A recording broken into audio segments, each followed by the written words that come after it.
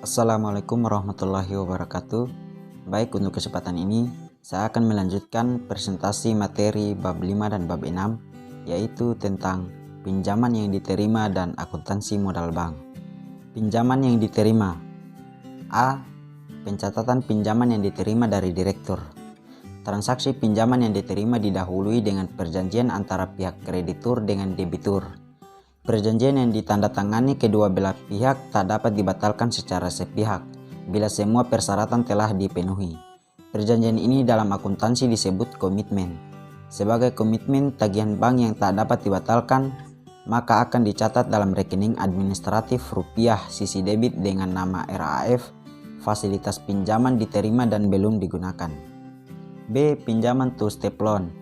1. Pinjaman diberikan oleh tender sendiri atau dalam bentuk konsorium kepada pemerintah Republik Indonesia.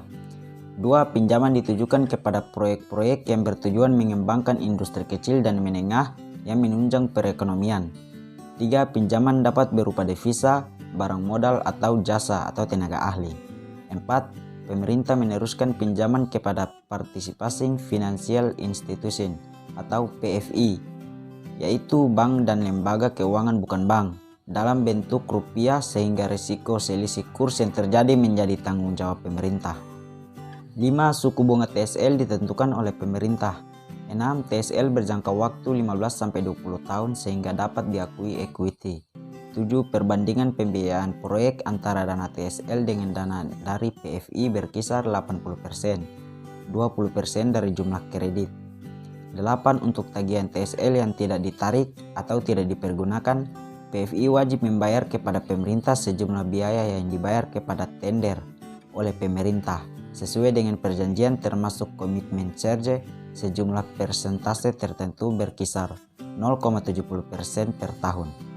C. Pinjaman obligasi. Obligasi merupakan instrumen untuk menciptakan hutang. Sumber dana berasal dari obligasi yang merupakan alternatif bank dalam membiayai investasinya. Sebagai surat pengakuan hutang, bank yang menerbitkan obligasi harus membayar bunga kepada obligasi. Pembayaran bunga dapat dilakukan setiap periode tertentu secara tetap. Kewajiban ini akan pelunasan obligasi pada saat jatuh tempo. Akuntansi modal bank. A. Klasifikasi modal bank. Pembagian jenis modal bank di Indonesia dapat diklasifikasikan sesuai standar Bank for International Settlement, yaitu A. Modal inti. Modal ini terdiri dari modal disetor, modal sumbangan, cadangan-cadangan yang dibentuk dari laba setelah pajak, dan laba yang diperoleh setelah perhitungan pajak. B. Modal pelengkap. Modal pelengkap terdiri dari atas cadangan-cadangan yang dibentuk tidak berasal dari laba, modal pinjaman, serta pinjaman subordinasi. C. Modal pelengkap tambahan. Bank dapat memperhitungkan modal pelengkap tambahan untuk tujuan perhitungan kebutuhan penyediaan modal minimum atau KPMM atau Capital Adequacy Ratio atau CAR secara individual dan atau secara konsolidasi dengan perusahaan anak. B. Rasio kecukupan modal bank perkreditan rakyat. Dalam menghitung ATMR, pos-pos aktiva diberikan bobot risiko yang besarnya didasarkan pada risiko yang terkandung pada aktiva itu sendiri, atau risiko yang didasarkan pada jenis aktiva, golongan debitur, penjaminan, atau sifat barang jaminan. C. Tata cara perhitungan kebutuhan modal minimum. Perhitungan kebutuhan modal minimum bank perkreditan rakyat dilakukan dengan cara sebagai berikut.